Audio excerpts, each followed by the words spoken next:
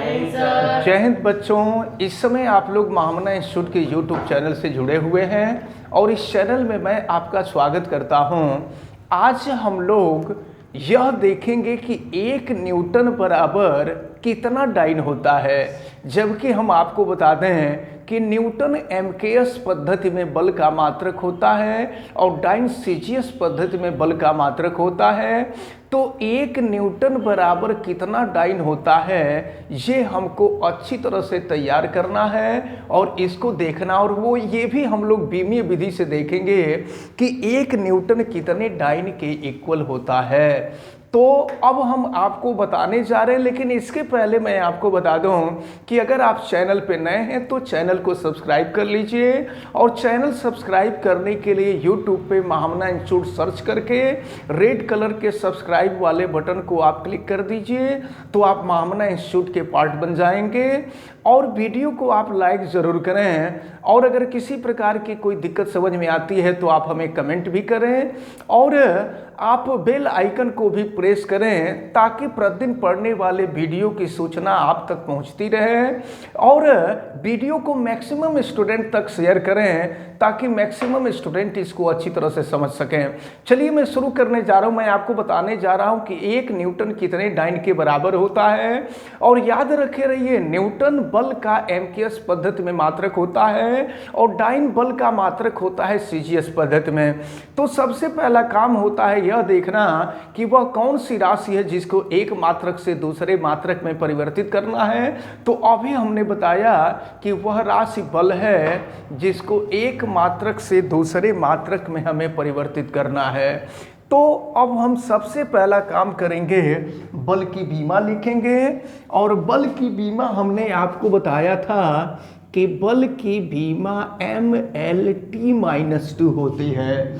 और हम करते क्या हैं कि सॉल्व करने के लिए एक ही बीमा को हम 2 जगह लिखते हैं, और फिर पहले वाले में लगा देते हैं 1 और दूसरे वाले में लगा देते हैं 2। मतलब ये हो गया m1L1T1-2 और ये हो गया m2L2T2-2।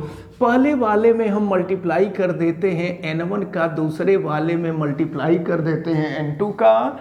और अब हम यहाँ से n2 की वैल्यू निकालेंगे। तो चलें, ये हो जाएगा n1 m1L1T1-2 और अपान ये आ जाएगा लेफ्ट साइड में, तो ये हो जाएगा m2L2T2-2। और आप याद रखे रहिएगा, m1 द्रव्यमान की बीमा है और एमकेएस पद्धति में है, L1 लंबाई की बीमा है और एमकेएस पद्धति में है, T1 समय की बीमा है और समय की बीमा यहाँ सेकंड है और ये एमकेएस सिस्टम में है। M2 सीजीएस सिस्टम में है, यानी M2 ग्राम में है और L2 सेंटीमीटर में है और T2 सेकंड में है। और याद रखे रहिएगा, एमकेएस को सीजीएस में कन्वर्ट करना है, मतलब किलोग्राम को ग्राम में बदलना है, सेंटीमीटर को सेंटीमीटर में बदलना है, सेकंड को सेकंड में बदलना है। तो चलिए वो भी बीमीय विधि से बदलना है। तो अब 1 न्यूटन दिया है, तो जो मान दिया होता है वो n1 का होता है और जो वैल्यू हमें ज्ञात करनी होती है वो n2 की होती है। चलिए, n2 = n1 और यहाँ m1 m2 को हम एक साथ रखेंगे, ये हो जाएगा m1/m2 और इसके बाद फिर L1/L2। और देखें यहाँ T1 का पावर -2 है, T2 का भी पावर -2 है, तो इसको हम एक साथ लिख देंगे T1/T2 का पावर -2। और फिर हम आगे बढ़ते हैं, ये हो गया n2 = n1 और ये हो गया m1/m2 और फिर L1/L2। और फिर ये देखिए T1/T2 पावर -2 है, तो पावर को हम प्लस में कन्वर्ट करेंगे और प्लस में करने के लिए अंश हर में चला जाएगा, हर अंश में आ जाएगा, यानी न्यूमरेटर डिनोमिनेटर में आ जाएगा, डिनोमिनेटर न्यूमरेटर में आ जाएगा। ये हो जाएगा आपका T2/T1 का पावर 2। याद रखे रहिएगा, m1 किलोग्राम में है, L1 मीटर में है, T1 सेकंड में है, M2 ग्राम में है, L2 सेंटीमीटर में है और T2 सेकंड में है। MKS को सेल्सियस में बदलना है, यानी किलोग्राम को ग्राम में बदलना है, मीटर को सेंटीमीटर में बदलना है और सेकंड सेकंड में ही रहेगा। अब यहाँ N2 इजकल टू N1 के जगह पे 1, M1 किलोग्राम में है, किलोग्राम को ग्राम में बदलना है तो 1 किलोग्राम बराबर होता है 1000 ग्राम, आपको मालूम है। और M2 सेल्सियस पद्धति में है, M2 का मात्रक ग्राम हो जाएगा। और फिर L1 मीटर में है तो 1 मीटर बराबर होता है 100 सेंटीमीटर, 100 सेंटीमीटर होता है। यहाँ हम रख देते हैं 100 सेंटीमीटर और L2 तो सेंटीमीटर में ही है। और यहाँ देखें MKS पद्धति और सेल्सियस पद्धति दोनों पद्धतियों में समय का मात्रक सेकंड होता है, तो T2 भी सेकंड में होगा, T1 भी सेकंड में होगा, सेकंड का स्क्वायर हो जाएगा। तो अब देखिए सेकंड से सेकंड कैंसिल, सेंटीमीटर से सेंटीमीटर कैंसिल, ग्राम से ग्राम कैंसिल, फिर ये हो गया N2 इजकल टू 1। और देखिए ये 1000 है, यानी 1000 चलिए रहने दीजिए, और ये है 100, तो फिर N2 इजकल टू हो जाएगा 1 × 10 का पावर, ये 3 और 2 5 हो जाएगा, तो इतना डाइन हो जाएगा। यानी 1 न्यूटन 10 का पावर 5 डाइन के बराबर होता है। इसको अच्छी तरह से याद रखना है, ये काफ़ी महत्वपूर्ण टर्म है। यह आपसे बोर्ड के एग्जामिनेशन में भी पूछा जाता है, कंपटीशन में भी पूछा जाता है, एंट्रेंस एग्जाम वगैरह में भी पूछे जाते हैं। तो इसको आप लोग अच्छी तरह से तैयार रखे रहेंगे कि 1 न्यूटन जो होता है वह 10⁵ डाइन के इक्वल होता है। चलिए देखते हैं अब नेक्स्ट क्वेश्चन जो आपको दिया हुआ है। वायु में ध्वनि की चाल 332 मीटर प्रति सेकंड है, यानी 332 मीटर पर सेकंड है। इसे बीमीय विधि से किलोमीटर पर आवर यानी किलोमीटर प्रति घंटा में परिवर्तित करना है। तो याद रखे रहिए, ध्वनि की चाल दिया है मीटर प्रति सेकंड में, इसे किलोमीटर प्रति घंटा में कन्वर्ट करना है, यानी मीटर को कन्वर्ट करना है किलोमीटर में और सेकंड को कन्वर्ट करना है घंटा में। तो सबसे पहले हमने आपको बताया था कि हम ये देखते हैं कि वह कौन सी राशि है जिसको एक मात्रक से दूसरे मात्रक में परिवर्तित करना है। तो यहाँ हम देख रहे हैं कि ध्वनि की चाल, यहाँ चाल दिया है और चाल की बीमा वही होती है जो वेग की बीमा होती है। अब हम इसका सॉल्यूशन निकालेंगे तो वेग की बीमा होती है LT इनवर्स। अब इसी बीमा को हम 2 जगह लिखते हैं, तो यहाँ भी हो जाएगा ये LT इनवर्स। अब करते क्या है कि पहले वाले में हम लगा देते हैं 1 और दूसरे वाले में लगा देते हैं 2। पहले वाले में मल्टीप्लाई करते हैं N1 से और दूसरे वाले में मल्टीप्लाई करते हैं हम N2 से।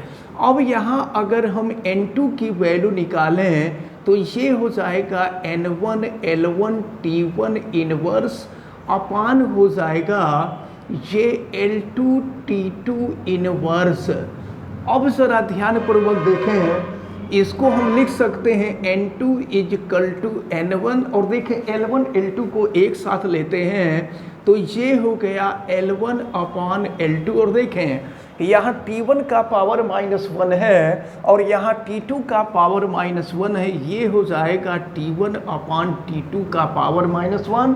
और फिर इसको हम सॉल्व करते हैं N2 इजकल टू N1, ये हो गया आपका L1 अपान L2। और देखिए T1 अपान T2 का पावर -1 है, -1 को हम +1 में कन्वर्ट करते हैं तो ये हो जाएगा T2 अपान T1 का पावर 1 हो जाएगा। याद रखे रहिएगा, L1 मीटर में है, L2 किलोमीटर में है, T1 सेकंड में है, T2 घंटा में है, और मीटर को बदलना है किलोमीटर में और सेकंड को बदलना है घंटा में। ये चीज़ हमको याद रखे रहना है। और चलिए यहाँ ये जो वैल्यू दी होती है वो N1 की वैल्यू होती है, तो N1 इजकल टू 332 मीटर पर सेकंड है और हमको N2 की वैल्यू ज्ञात करनी है। किसी भी क्वेश्चन में कोई भी क्वेश्चन होगा, जब किसी राशि को एक मात्रक से दूसरे मात्रक में परिवर्तित करना होगा तो जो मान दिया होता है वो n1 का होता है, और जिस मान को हमें कन्वर्ट करना होता है या जिस मान को हमें फाइंड करना होता है वो n2 का होता है। तो चलिए n2 is equal to n1, n1 की वैल्यू है 332 और L1 मीटर में है, मीटर को किलोमीटर में बदलना है। आपको पता है कि 1 किलोमीटर इक्वल टू 1000 मीटर होता है, और मीटर को किलोमीटर में कन्वर्ट करेंगे तो 1 मीटर इक्वल टू 1/1000 किलोमीटर हो जाएगा। तो ये हो जाएगा 1/1000 किलोमीटर, और L2 तो किलोमीटर में ही है। और फिर देखिए T1 घंटा में है, हम आवर लिख दे रहे हैं, घंटा में है, और T2 सेकंड में है, सेकंड को घंटा में बदलना है। तो सेकंड, 1 सेकंड बराबर, आपको पता है देखिए 1 घंटा बराबर 60 मिनट और 1 मिनट बराबर 60 सेकंड। तो अगर घंटा को हम सेकंड बदलते हैं तो 1 घंटा बराबर 60 गुणे 60 सेकंड हो जाएगा, यानी 3600 सेकंड हो जाएगा।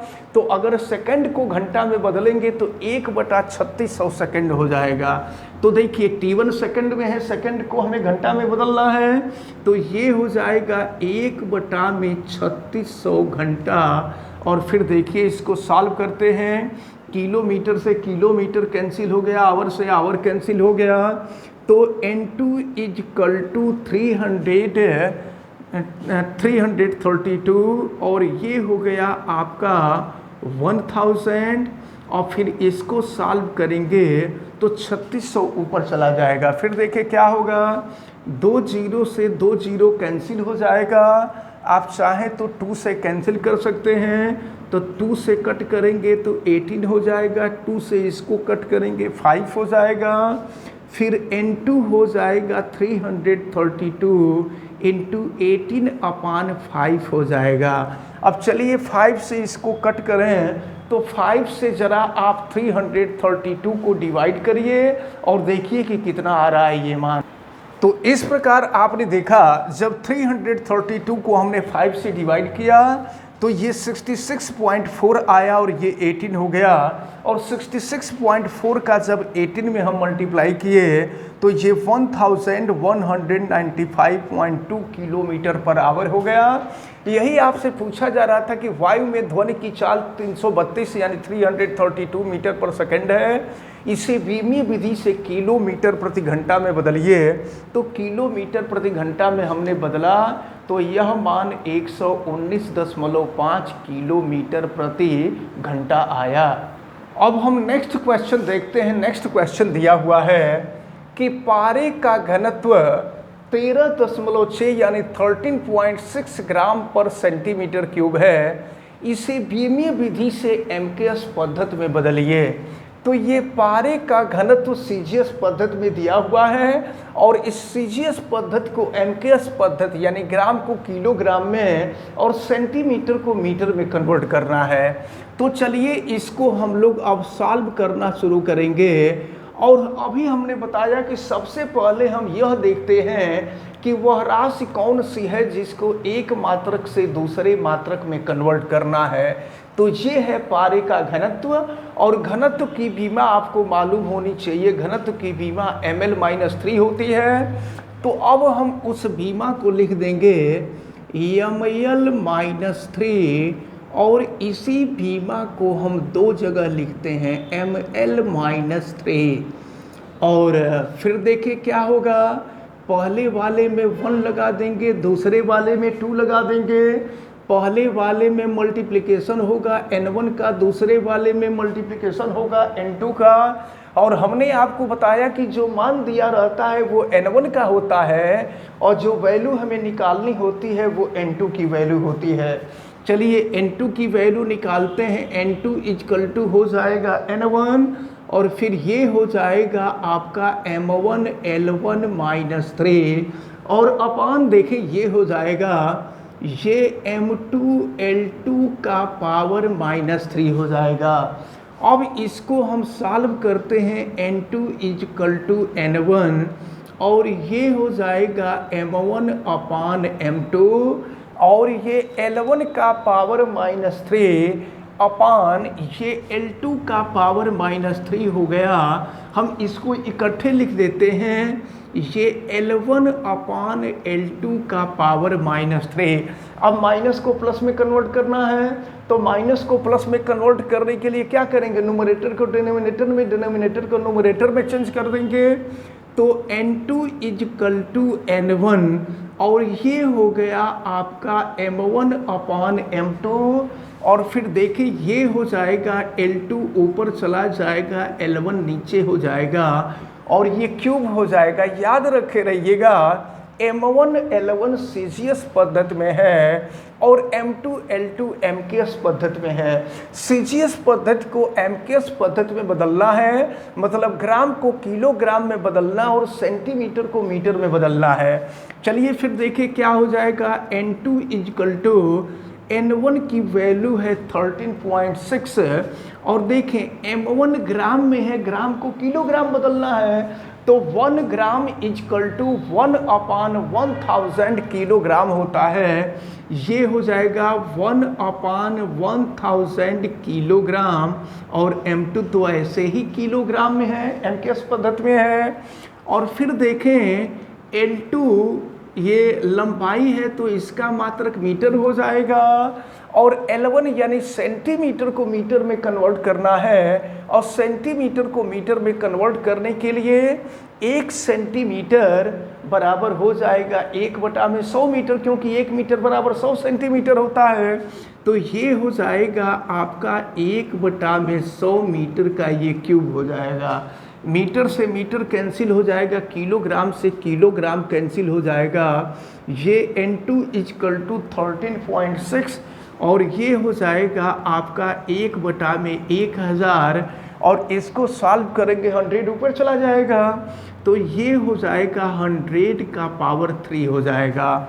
और फिर देखें N2 इजकल टू हो गया 13.6 और ये अपान हो जाएगा 1 अपान 1000 और 100 का क्यूब करेंगे, तो 100 का क्यूब करेंगे क्या हो जाएगा, ये 100 इंटू 100 इंटू 100। देखिए 2 जीरो से 2 जीरो खत्म हो जाएगा, 1 जीरो से 1 जीरो खत्म होगा और फिर ये N2 इजकल टू 13.6 इंटू, देखिए ये 100 है और यहाँ 10 है तो 1000 हो जाएगा। 1000 को लिख देंगे 10 टू द पावर 3 और ये हो जाएगा आपका, जब MKS सिस्टम में बदल देंगे तो किलोग्राम पर मीटर क्यूब हो जाएगा।